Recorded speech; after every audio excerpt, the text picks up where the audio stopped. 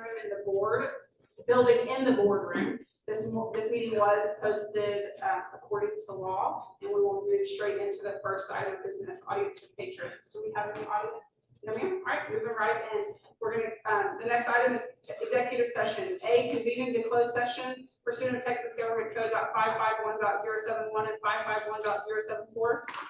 Deliberate regarding the appointment, employment, evaluation, duties, discipline, or dismissal of a public officer or employee, including the superintendent, and consult with legal counsel regarding the same. We will move into closed session at 5 p.m.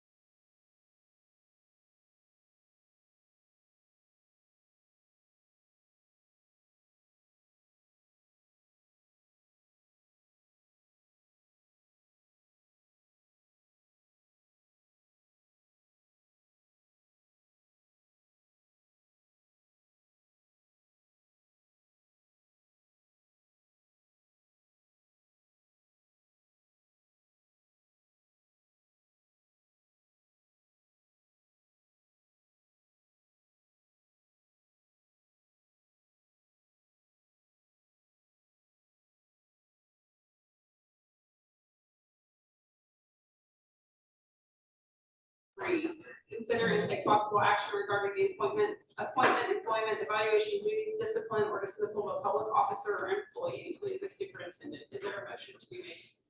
I move to accept the retirement of the superintendent effective July 31st, 2025, and to approve the voluntary retirement agreement as presented in closed session. All right, there's a motion on the table. Is there a second to the motion? Second. All right, we have a first and a second. Any conversation or questions? Hearing none, all in favor? Aye. Opposed? Motion passes 5-0. All right, is there a motion to be made? I move to appoint Christopher Townsend as acting superintendent and authorize the board president to execute a supplementary duty agreement documenting the terms of the arrangement as discussed in closed session. All right, there's a motion on the table. Is there a second to be made? All right, we have a first and a second. Is there any further conversation or questions? All in favor? Aye. Opposed? Motion passes 5-0. All right, moving on to items of business. Discuss and approve a special education staff and compensation plan. Don't have any questions. Were there any questions that came up? I just had one about the maintenance. I think it was called maintenance of effort.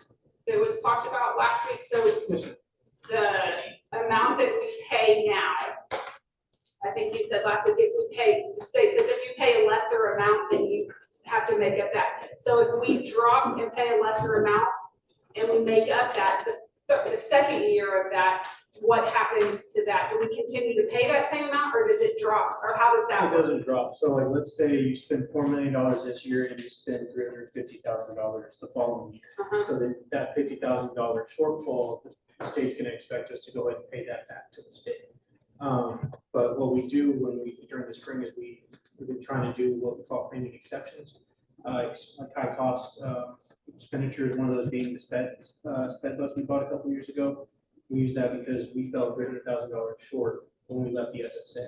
So leaving the SSA, we fell $300,000 short. We claimed about 308 in exceptions, so we didn't have to do that. That essentially lowered the bar for us. So exceptions will help you lower the bar, but let's say you don't have enough exceptions to get there. Say you have only enough exceptions to get you from 4 million to 3.8. Well, then you still have to make up that $30,000 difference. You pay that back to the state. Okay, Or so, sorry, 30, but 300. right, so year after year, that's, Correct. since we've hit the mark, we have to hit the mark. Correct. Okay, You have to continue hitting the mark or you know, going up. correct, okay. That was one of the questions that I. Are there any other? So I'll say, I have a hard time considering this again tonight. And I apologize for that. I got an email. I haven't even looked at your email. I got it a couple hours ago, and we've been dealing with a lot today. So there's that, and then the comparisons for where we are as a percent for special education is like what 92 to anywhere from 90-something%, right? How does that compare with where the teachers are? And so, you know what I mean? I think we should be looking at it all together. Is it that much more of a difference? And what are we saying to other staff who also aren't if they are behind, unless we address everyone? So that's my only a couple of issues that I have in addressing it tonight. And I understand and I somewhat agree with that. I hear what you're saying, Jordan, on we're below and we're having a hard time getting because we're below that pay, and so they see it, they're going to go to contracted services and come back in. But I agree with the teacher and other staff pay at this time. I think it's a place of how do we do one and not even look at the other and consider any of that. Yeah, I want to do both. But we can't even do it. I mean, we don't even know where our budget's going at this point. So the legislature, you know, we have an idea, some stuff is passed and it's going to be signed. And so how do we analyze all that and put it all together? I think this evolves over the next 6 weeks. Okay. That's just my. I think that's a good point. I do want to bring up one point. One of the big differences that we're gonna continue to pay the contracted service fees, which are coming out to be almost $800,000. Is that right? Just about. So that piece with that 800,000 that we're spending over budget is also having an effect on our ability to have capacity in the M&O. You know what I'm saying? So think about that as you process it, because that's a big piece of that too. That's one of the big reasons this specialized positions, we're having to actually pay almost $1 million to meet the requirements to get them because of the way things are panning out in the state. Yeah. So that just for thought. Yeah, no, and maybe we can visualize that and show it, it'll make a lot more sense. Yeah. So the data that was provided today, that does show that information. Okay. So that's what Mr. Vince and I had remembered y'all had asked about it, and I didn't see Mr. Vince attend anything. So I do apologize that y'all just got it today, but I knew that was something that y'all were requesting. So I understand that piece, but that's ultimately what it is that it's just the amount of money that we're spending in contracted. I completely understand the other piece of the concern of every staff member, because when I sit here and talk about compensation, it's for the all of BCISD.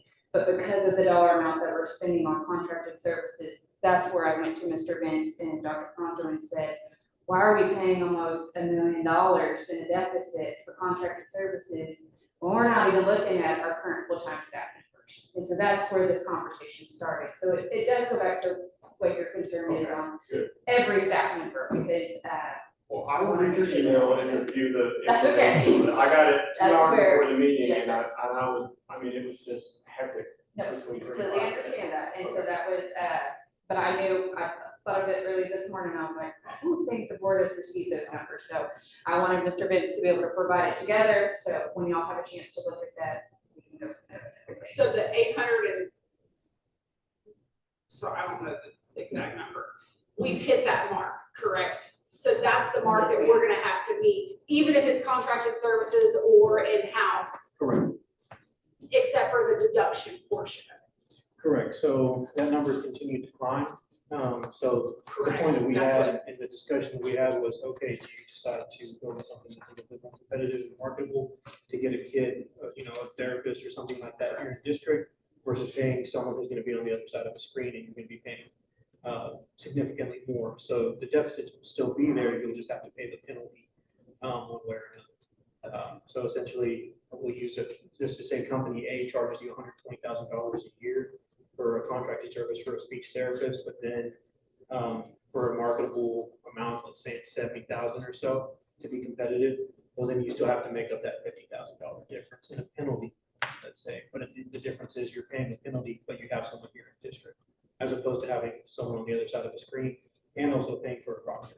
Is the penalty category by category, or is it overall budget? It's overall budget. Okay, so that 50 could be spent somewhere else. Correct. If you had an overage, you had a student who came in and cost you 200,000 or whatever. And that was something when Mr. Vince shared that, that's kind of where a lot of our conversation started, is with the additional amount that we could be spending on whatever is needed. If we have a student that we have to pay for like we did last year. And so that was where. Are there any other questions? Thank you for getting these numbers to us this afternoon. I really appreciate you It's not a getting problem. on top of that and sending those to us this afternoon. So this is an item of business. Is there a motion to be made? What is the agreement, or where do we stand as a board?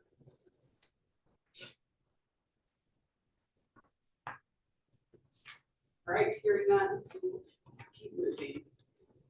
First reading of DED local. Do y'all have any questions with this? Just add the word duty, right? We're adding the word duty, and I'm so sorry. Defining that Thank you. as. So the biggest thing that I'm adding here is right now, our 260 employees, they are paid for holidays. When I took over leave in my department, I started analyzing, okay, where's all of this in policy so that we're always consistent? I'm not trying to take away or anything. I just want it to be somewhere in writing that somebody that works 260 days is paid for 12 holidays. And so that is what we're adding to DED local. So we would be adding a district employee in a position normally requiring 260 days of service shall receive 12 paid holidays each new year. So that's July 1 to June 30th. If they don't use it, or I'm sorry, it's not a use it or lose it, it's just they're paid those 12 holidays. And so I just wanted that identified, and the reason why we're taking the school away is just to stay consistent with that duty piece of the fiscal year.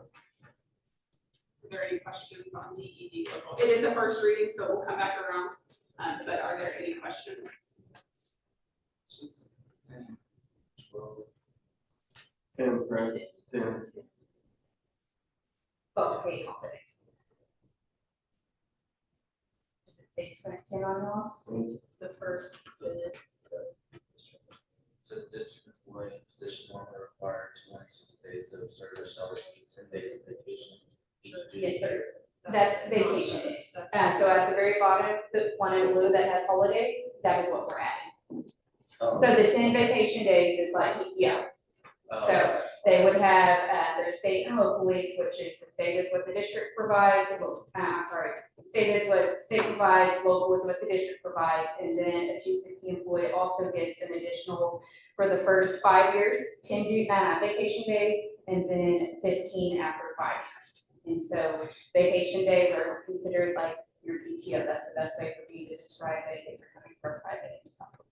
And so total, it's about 2 weeks for 10 days and almost 3.5 for 15 years based off of how many years the employee's been with us. But we're not making any changes to that. That will stay consistent, just changing it from school year to duty year, so it's consistent with the holiday. and this is just hitting the 260 people, so that it falls in line with like what our 230 people would get. Yes, sir. So only 260 employees get paid holidays. Oh, So a 260 employee is, if you look at our calendar and you count up all the days, so if you're excluding the weekends, that equals 260 days. So if I was to say, Mr. Brent and I will always sit down and look at the calendar and we look and see, the reason I say Mr. Brent is the majority of Mr. Brent's staff are 260. So like our maintenance department, our maintenance secretary, our custodian department, our custodian supervisor, our grounds, and our transportation mechanic. All of them work 260 days. So when we sit down and we analyze the calendar, we have to make sure they get like those government holidays. I don't want them here at Christmas working or Christmas Eve or at Thanksgiving. We want to make sure they get those holidays. And so when I started to look at leave and making sure that my team can analyze and determine that they're getting the time off but appropriately tracked, that's when I realized we didn't have anything in policy. So I started working with my mentor from Arlington ISD, and they had something in their DED local that specified how many paid holidays they had. So that's why it's just specific to 260 employees, because all other employees do not get paid holidays. They're off, but they're not getting paid for those days. Any other questions? All right, is there a motion to be made for the first reading of DED local?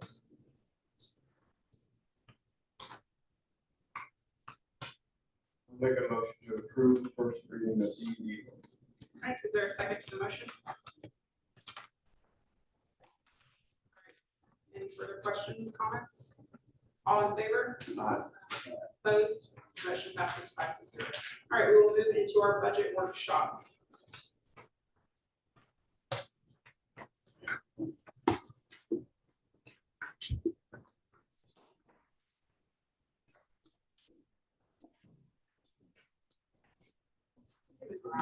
Or do you want us to see, Kelly, did you want us to stay here?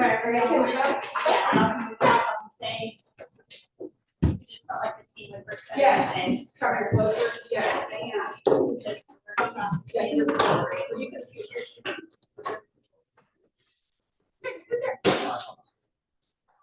Yeah.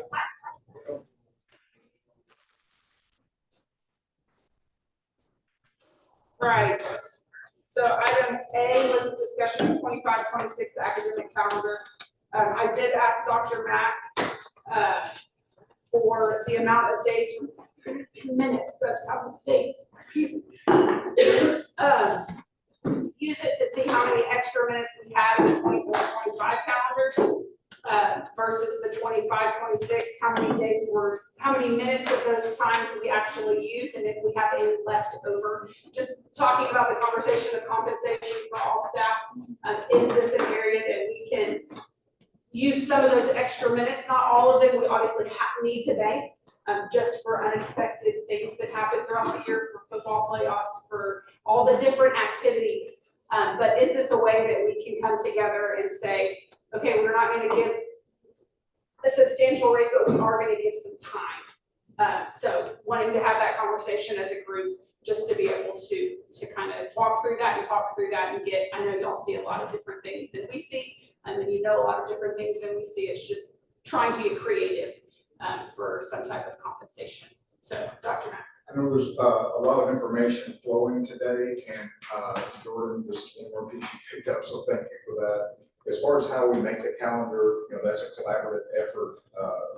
Chief of Communications typically leads it, and that's on calls right now. So I asked Jordan to step forward because you've worked with the Chief of Communications in the past, and Mr. Townsend, I know you're heavily involved with the academic side of it. I know that you were working on residency program at all today, and so Jordan put that together. So anything you want to add in, but this is a quick informational piece for you on what's available. If you have this one, and I don't know, as far as that goes, Jordan, perhaps a starting point would be how many current bank days you're projecting that we have.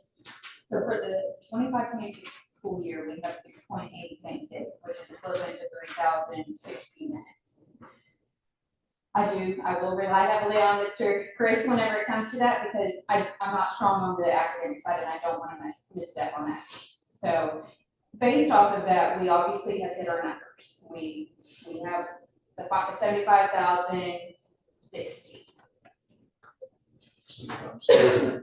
And so we're good there. It's just how many do we as a district want to be comfortable with? And that's what a lot of our conversations are when we meet with principals, is we want to make sure we don't get into a bind where we don't have any days if something was to happen. And so this year we did a great job with still being able to do half days. When we went to playoffs, we used 2 half days, which was 240. And then we used 2 full days for the bad weather. So that was important because we didn't even get close to having to come back on a day where make it up. Yes, ma'am. So. Of days? We 3 had full days? 2 bad weather days, 2 full days, and then 2 early release days.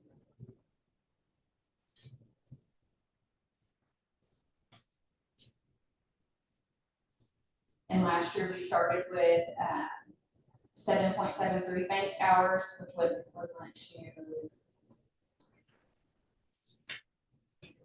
1,000.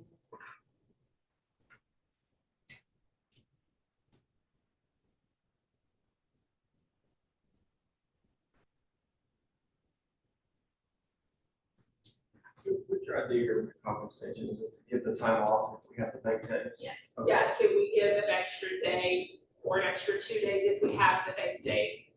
And if everybody, if it's not, I don't want to put a wedge anywhere, and I know that there are certain things that have to be done and there's certain parameters, but that's my thought is, can we use some of those bank days, whether that be 1 or 2 of them, to give them a day off or a comp day that hey, you could do this training in the summer like we have on, I think next year it's 2 days. This year it was the 21st and another day, maybe the 21st of April and the 27th of May. So that type of thing is, can we work to where it gives them a day somewhere or 2 days somewhere that we could take some of those banked hours to use and lessen our banked hours to be maybe 5 or whatever that looks like that's agreeable. And there's no action on this tonight. It's really just a discussion, and can it even be possible? Or is it a pie in the sky idea? And it may be a pie in the sky idea. I don't know all the ins and outs, and so that's why I wanted to have the conversation. We can absolutely put some examples together. My thought would be, it would be teacher work days, similar to the comp day. So everything that's in purple, like I just mentioned, March 6th to 26th, April 6th to 26th, and then the May 22nd and 26th, those are the teacher work days / comp days. So, I'm sorry, the ones that have the asterisks, the Correct. 6th and the 26th are considered comp days. So we could do something similar to that on the calendar, see what that equals, and give you kind of an example of, do we have 4 bank days? Do we have 3 bank days? Cushion wise, I would have at least a good 4 to 5 bank days, just because you never know what's going to happen. We had to use 2 full bank days this last year, and I feel like the last couple of years in January, we had to use it again last year. Yeah. Just to be safe, and then if, coach continues to be successful over there, we want to have those, which you will, we want to continue to possibly, if we have an early release, be able to do that. Right. Yes, ma'am. I would add an asterisk there, just, when looking at the days, and you may have already done this, but to visit with TASB at all, to discuss, oftentimes there's interchangeable language between months and days in the contract. And I would just want everyone to be super comfortable, because there is a scenario to where, depending on if you're using days or months, if you reduce the days, you have created a property right to that raise, if you will, for compensation, versus using something more generic. I'm not saying to use one or the other. I'm saying I would definitely kick the tires on that big time before moving forward, because I do know, and I know of a district in the area that came out, I won't say it here, but came out on the wrong side of that, and we'd be glad to share that outside of that, this meeting. Just be careful. Yes, of course, and that's really the reason to have the conversation of instances like that. I don't want anyone to get into a sticky situation, but is there a way, like I said, this is something that I just, like, how can we appreciate and give something that's time, and using banked hours was what the idea was for me. But I don't know if I don't know where but I also don't want y'all spending hours upon hours on it, pulling away from what really needs to be done. It wouldn't take that, because we've already had the calculations together. One of the unique things, and I did put that on the memo because it is kind of where the minutes go towards the operational minutes, was the teacher work day does not go towards that. So once I go into the calendar and I pull those out, that's where we're gonna start having a reduction in those operational hours. So it's already a formula, so we'll see that quickly, and then I can kind of get some comparisons, I can work with Mr. Chris and Dr. Mack on that, and we can definitely get those over to you if you want to look at a couple different comparisons. If we take 1 day away, 2 days away, whatever it looks like, and they can get with testing on it as well. What does the board have any thoughts? If you're wanting to give something to the teachers, and because we're in such financial constraints, like you want to give time, all the teachers want 4-day school weeks, so why don't you look at that? Are all the teachers that talk to me, they said you better approve 4-day work weeks. And I think there are pros and cons. I have not done a ton of research. I know that there are districts in the area that have gone that route and are testing, I guess is what you could say. One of them is testing what that looks like. I don't know how that looks with athletics and having athletic events on Fridays. I don't know any of that. I haven't done enough digging into it to be able to answer that. I don't know, Dr. Mack, if you have. Yes, I do. There's actually a newly published research website that I could share that we have. It's a study. It's a state study on a 4-day week. And so I want to say Commissioner Moran had sanctioned that, but it is a study and it is a website and it is resourced that can go in the newsletter very easily, but that is something kind of fresh off the press as far as I haven't even seen it yet. I heard that it exists, and so that study has been done. And my understanding from I was on a commissioner's call a couple of weeks ago that is available. So we'll just get the rest of Mr. Townsend, with Commissioner Moran. Just reset on the next meeting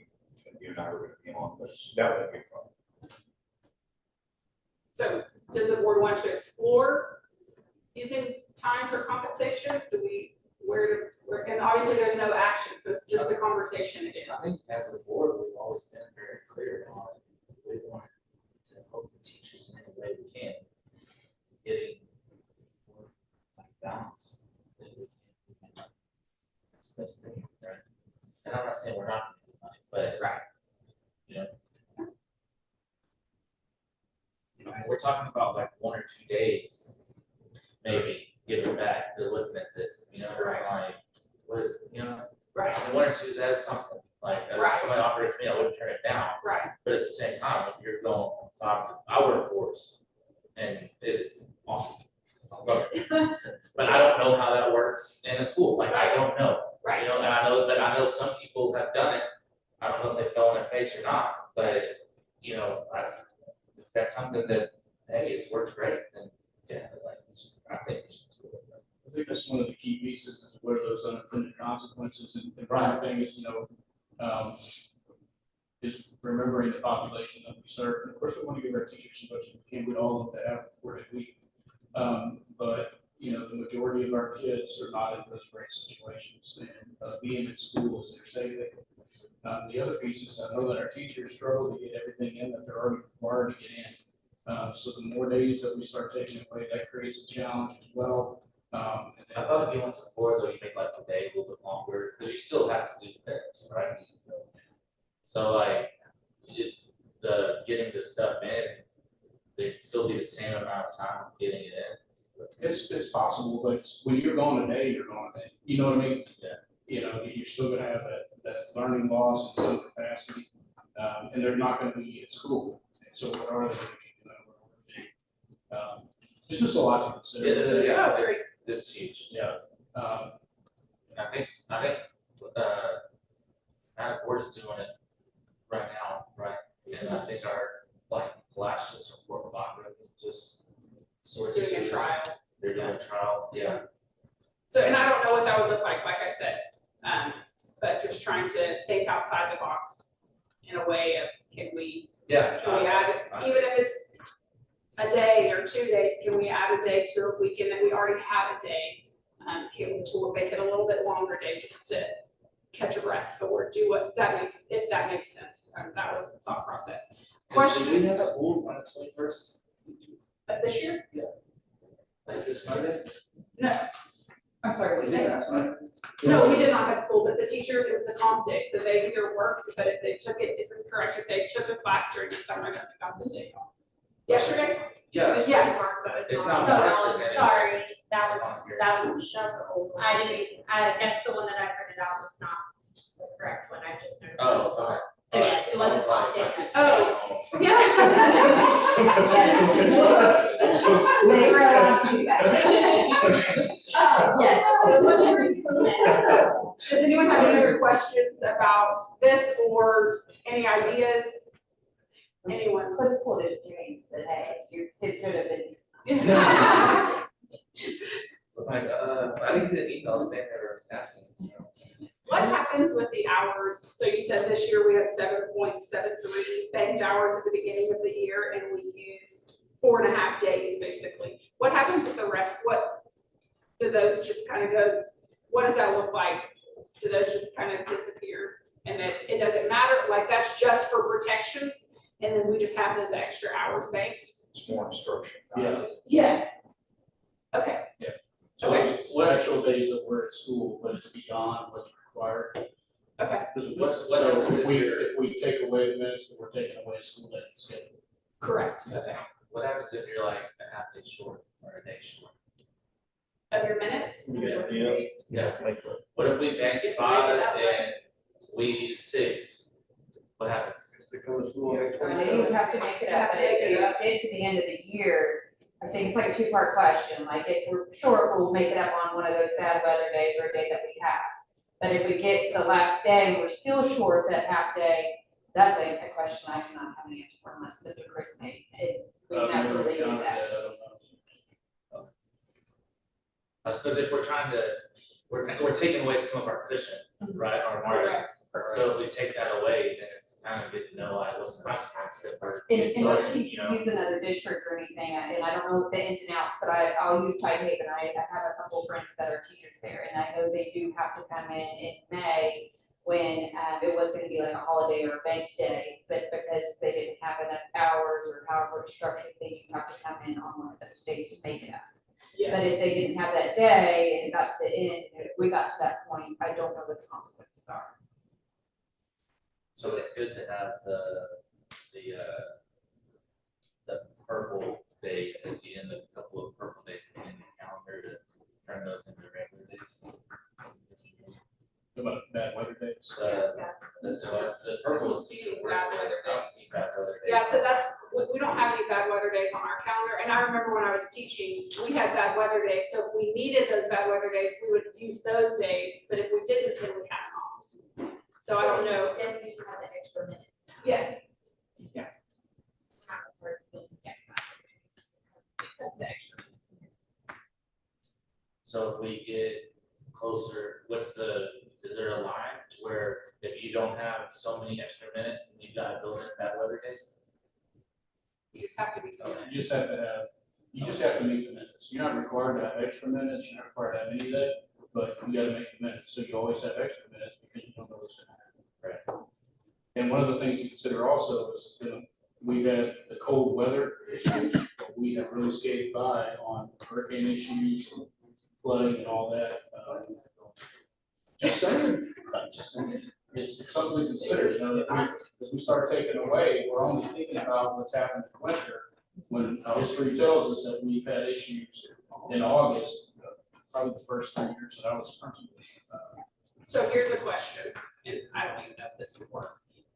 Could you build in bad weather days at the end after STAR testing in a calendar, so we have our bank days of 6.8 bank days, but if we don't use all those 6.8 bank days after STAR testing is finished, to put in those bad weather days, to say, okay, if we haven't used all of those days, then can we use those banked bad weather days as holidays to use up some of those bank days, but closer towards the end of the year, so you're not running the risk of, I don't know if that's even. We have to look at it. I think an example of that was we were opening new schools, we did use some of our minutes to do half days, because we were able to afford that at that given time for junior high and 2 months. Because the extra minutes were there, we did half days at the end of the school year every week, and we tapped into those minutes to move into our schools. I guess if you were calculating the minutes and we never had playoff games and we never had any bad weather, it might be, something that could be calculated. I know at the high school, we have students who are working on credits, and there's no way that we wouldn't want our students to be there, because just for example, there may be kids that got their grades at the end of the 6 weeks and they failed government. So now they're in a credit recovery class to get government before graduation. Okay. If we cut those days, there would be no opportunities for them to actually earn those extra credits. But that is, I'm only thinking about like what's the consequence at the very end of the year. Right. And I think that in the line of maybe some of the things as we are doing interventions, some of those things already kind of lead up to. I would only caution against putting anything that you tell people are gonna be a holiday and then you have to come back and take it back. Yeah. So in the circumstance of if we didn't have extra minutes and then we say, oh, by the way, we need them, so you're gonna have to come on Memorial Day, we won't get the attendance and we won't get the funding for it because they won't show up. Yeah. Okay. So it sounds like if we could maybe explore a day or two, and then that article. I just sent, Oh, okay. you all have this, Okay, and it was perfect. published in February, so it is not off the press. Okay, great. And then one other suggestion, Mr. West mentioned the purple days, we don't get any minutes for those, but like Jill said, the teachers who did their extra duties in whatever form, whether it was some type of after-school duty that they volunteered for, or they did training over the summer. Right. My campus was 95%. So we had teachers who had Monday off. Okay.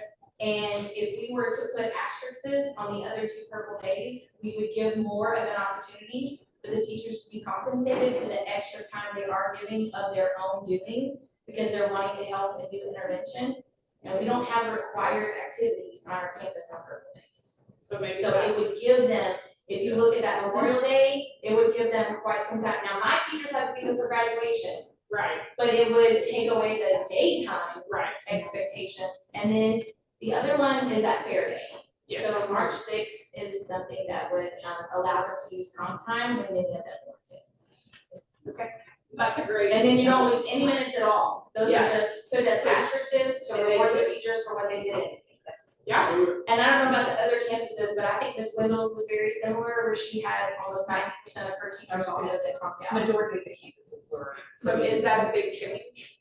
If we were to say, can we asterisk the purple, all the purple days?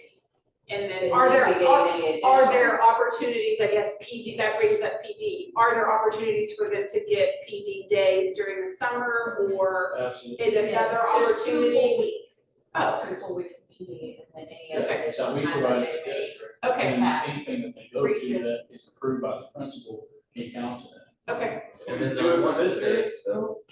So can we star those as purple days this year still? For 24, 25. Yeah. So I think there's only May one more left. 27th is purple with a star, May 23rd is not purple with a star. Okay. But those are the only purple days we have left. Yeah, yesterday was the 21st. So we have 2 purple days coming up. So again, this is no action tonight, this would be action at our next meeting, but.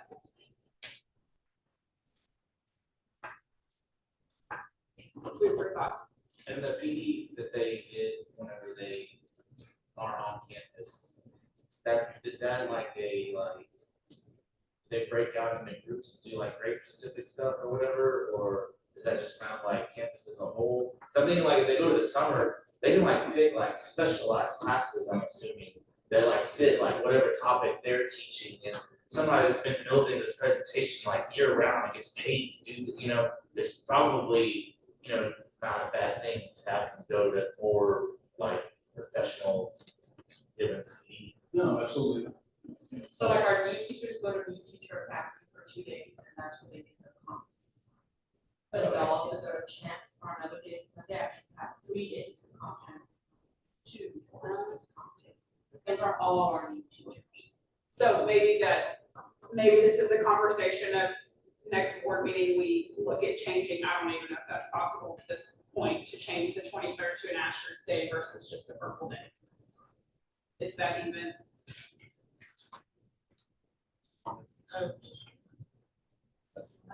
But so the, I think that you would have a lot of staff that have that 3rd day they haven't been able to use. Correct. They would turn in comp time for, absolutely. Would that be an issue for your graduations? No, because the graduation workers are still going to come, but we don't come until about 5 o'clock in the evening, and we work till 11 o'clock at night. And in the past, I have given comp time to my staff that works the full day and then stays for graduation, and they end up using it the following year. okay, So, and then just to answer the question about the blue days on our calendar, the district for the first time did a district-wide PD where we brought people in, and we also allowed our own staff to teach. So it was a great activity for them to do, but on the other blue days, we really do instructional planning. That's how we get to use those minutes towards instructional minutes, is our teachers are actually doing curriculum development, they're working with vertical teaming, they're actually doing true things that contribute to instruction, so we get to kind of use those minutes. So those minutes count towards our. Those 70,000? minutes, every blue day counts as part of the 75,600 minutes, or for us it's 78,000. And the blue days, that's the, why we had to do the waiver last week, was so that So we could use those professional development days throughout the year. So to get the blue days, we have to fill out a waiver. In order for it to count towards. the state allows you to have 5 of those, Yeah. and you get 420 minutes for every blue day. So do we have And five? we have 4 next year. We chose to only have 4 so that we have an additional work day to allow our teachers to just have work day and not have to, we didn't need the extra minutes for it. so I think, what I'm hearing is to explore if we're able to do the 23rd as an asterisk this year, and then next year, if we can make all of our purple days asterisks, if that's allowable by law or whether, then it's all the questions. So, all right, any further questions on that? And then we're just gonna look at the.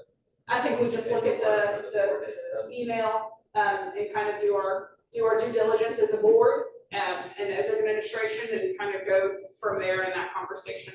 I guess that's what I'm wondering, because I don't wanna just do the document, I'd also like to know like what our principles. Yeah, and I think doing maybe another budget meeting to where we can say, hey, can you all come to where, and let them read the article, let them do all of the things where they can give us their input per their campus. Because I think it's gonna look very different at the high school than it does at Cherry. So that way they can have input in that as well. And I just want to clarify, so I have it correct on Yes, this. ma'am. Are we talking about for the 4-day week or for the additional days with the principals, just to make sure that they? Just on the 4-day week, correct? So just to hear what the principal's thoughts are and how that would affect their campus on the 4-day. Okay. Anything else on that? I know we have a side-by-side, so moving on to item B, side-by-side analysis of current budget and projected budgets by publisher. Hello, sir, how are you? And this wasn't in board book, right? No, Correct. And it wasn't emailed? no, sir. Okay, yeah. We're running numbers up. So we may not get all the way through this tonight, but then if we could you email this out so we can look at it after this, and we can get through what we can this evening, and then reconvene to continue through the process. And I know this week, not last week, stuff happened in the legislature, so I know that all plays into it, like you were talking about last week. So I think it's ever evolving, like was mentioned.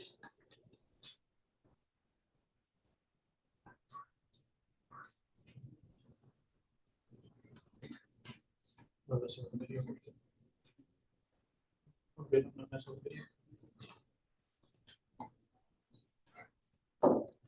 I just wanted to kind of get you guys through the get started.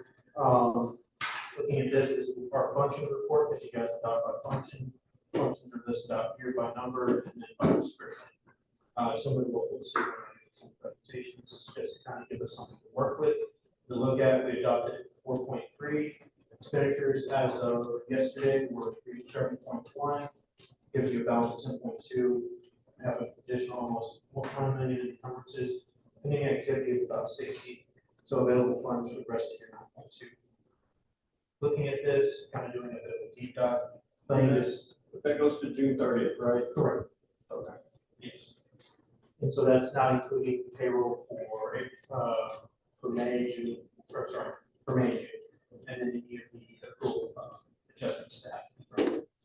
So looking at this, just trying to get an idea, basic overview, like I mentioned, trying to get some ideas in terms of sourcing, what direction the board would like for us to go in. I basically took what we had last year's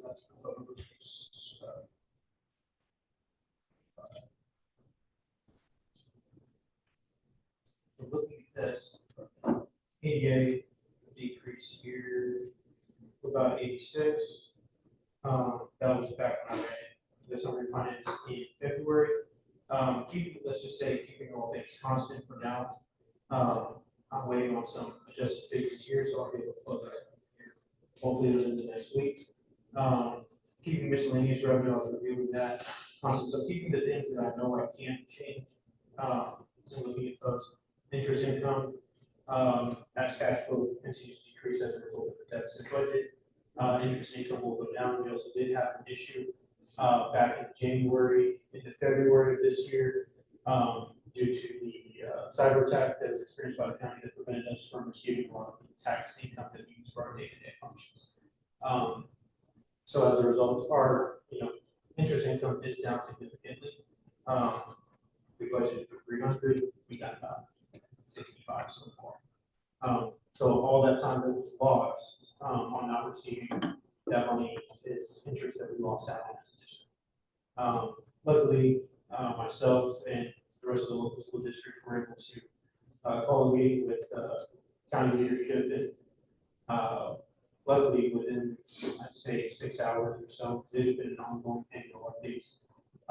We were able to work together and we received about 5 million that afternoon.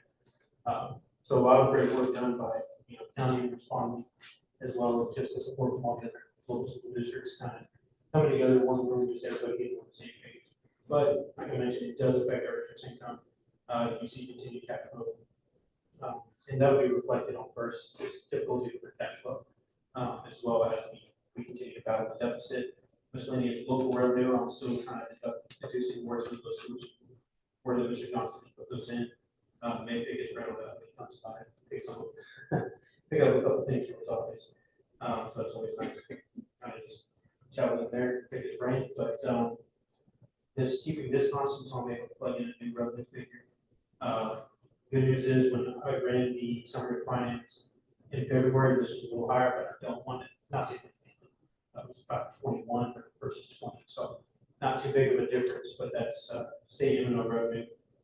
Shars and Mac, we decided to exit the program because it was costing us more to put on the program. We're actually spending more than the amount of revenue that we're bringing in. A lot of that's due to an audit that happened from going all the way back to 2011.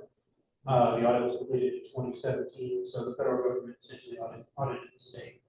At that point, the state has now changed the IEP ratio, so where we were getting 584,000, at less than 100.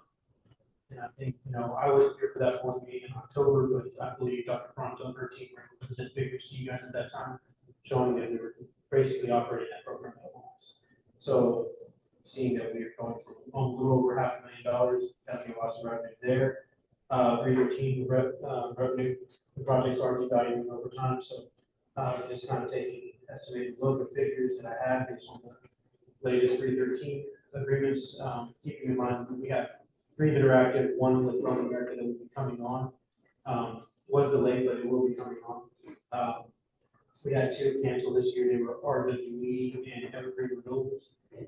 So those funding sources will no longer be coming. We can talk about potentially defeasing and creating a little bit of room as far as the tax sums go, but overall, we're looking, keeping some things constant for the time being, and say, we're looking about it conservatively right now. Best case, like I said, some of these other ones, they can go down, but $818,000 decrease in revenue. If, let's say, we were to keep the budget flat, keep it the same, we're looking at a potential 5.2, almost $5.3 million deficit. The fund balance that we had this year coming in, it was 9.4. Let's say our deficit is around what we adopted at originally, which was the about 4.3, or sorry, 4.5. Then we have about I think that leaves us, but and then I just ran some projections accounting for increasing costs of 3% and 5%. This is how the deficit would increase. Why would we leave the budget flat?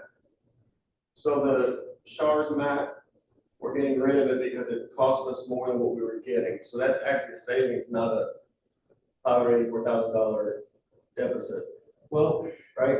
That's revenue that's not coming in. So essentially, that revenue was projected because of new IEP ratios got from 584,000 to about, say, 60 to 80,000. I can't really figure out off the top of my head. Yeah. But then if we're spending, let's say you're getting $60,000 in revenue because of new IEP ratios that you got the state, and then you're spending $70,000 to put that program on and generate that revenue, you're bringing in that revenue loss. Wouldn't we deduct what we're spending from the budget then? We could, very well could, and so we can. Like I said, I was keeping this flat as a projection. Okay, so I just want to make sure I understood absolutely the logic there. for sure. This is just flat numbers, just so I have an idea of how we want to go ahead and start doling out allocations, essentially, because I didn't want to give something that was too top heavy to the campuses when there was going to be a potential maybe $50 decrease per student. Because let's say I was giving a campus 220, I may have to do a drastic decrease based on what we're looking at today of 50. So. And then when do we update the state MO revenue with the new allocation? I think what, $395 per student? Well, it's not official, but that's the projected number. Well, it's not projected, it's just new people assigned. So that I would need to run another summary of finance. They just released a new version of Omar Central last week. I had a chance to look at it. So there was a workshop on the 17th. Yeah, because it's not as simple as just taking your attendance times $395 and adding it. Definitely. but there's more there hopefully. Correct. And then I think just, not to identify any additional concerns, but I think there's also the fact that the data flow of the state's new EdFi system has not allowed us to get an accurate projection as well. And does anybody have any idea what the relief is for special services? Is there language in the new law about special services and helping? Yeah. It's per. Most of them have been multipliers, which means working in our until we've seen the level of services. Another analysis inside the special education allotment based on the level of services. That's what I've seen mostly is plugging in those multipliers. Many of them are less than 1.98, etc. Those are across the landscape of all allotments. It's more, but it's by percentage. I think it would work nicely with Omar's template once they update it. And I think that's what we're doing. Yes, you know better than I do. I'm sure that's what they're doing. Omar's template is adding new formulas into all of the subcategories and allotments.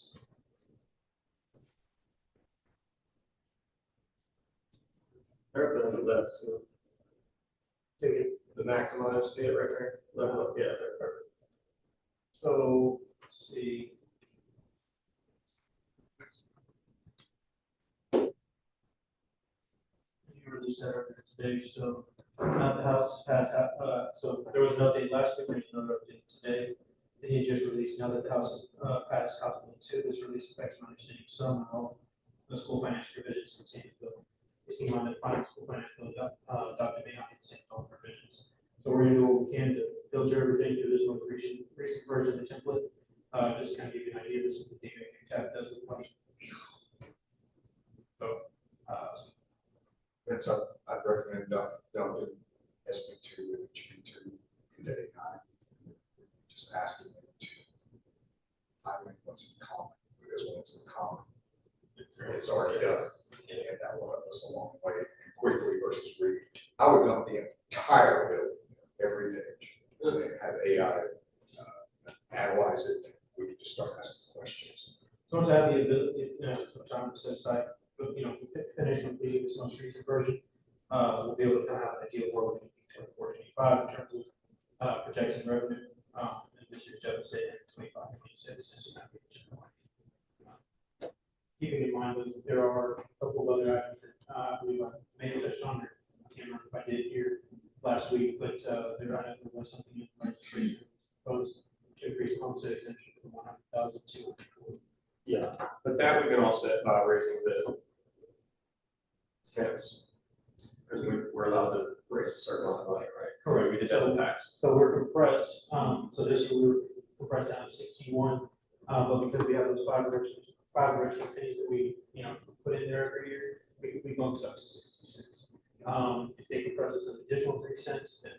Well, I'm not talking about the compression, I'm talking about the exemption that reduces the taxable value of the house. We just increase the tax rate so that you raise it the same. Above the compressed rate, they'll produce. Are you talking about INS side?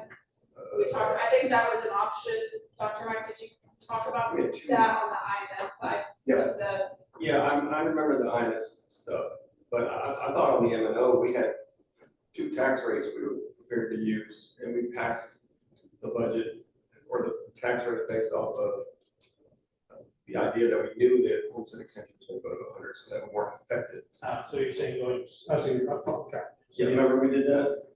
Yeah. So we had it at 40 and 100, so we went with the idea that it was going to pass. Yep. So we can just use that as a factor this time around as well, but our simply. Yeah. Okay. Like I said, it was just very brief overview, just looking at the functions right now. Keeping things flat, just kind of get an idea and show where we would be. But obviously, seeing how we have an increase in revenues here, we can look for areas to make some cuts. Just wanted for some guidance on that piece as well. If there were anything that you guys can see here about function, feel free to go and share that with us. We'll, sort of let us know. Okay. Looking ahead, we have May 13th, we have a board workshop. Is that something that, is the template something that I can will be complete a little bit more solidified by that. And I know it's still iffy because it's dependent upon the legislature. for sure, but I can just try to run, I can just have it run by the 13th to kind of share something of these figures. And then, board, if y'all will just take a look at this once he emails that out, so we can kind of be on the same page as the conversation and where we are and where we're headed. I know that you've put a lot of work and time and effort, so thank you for that. I appreciate it, to get us that document. What day did you say we had board work stuff? It's May 13th. Okay. At 5 p.m. No, the 13th, and then our regular board meeting is May 20th. Next week. Okay. Yes, sir. Yep. Are there any questions about the side-by-side bits? Did you have anything else? No. Are there any questions or comments? Yeah, one more. And the math in me gets going really fast. So we have 16% of the year left, but 25% of the money left.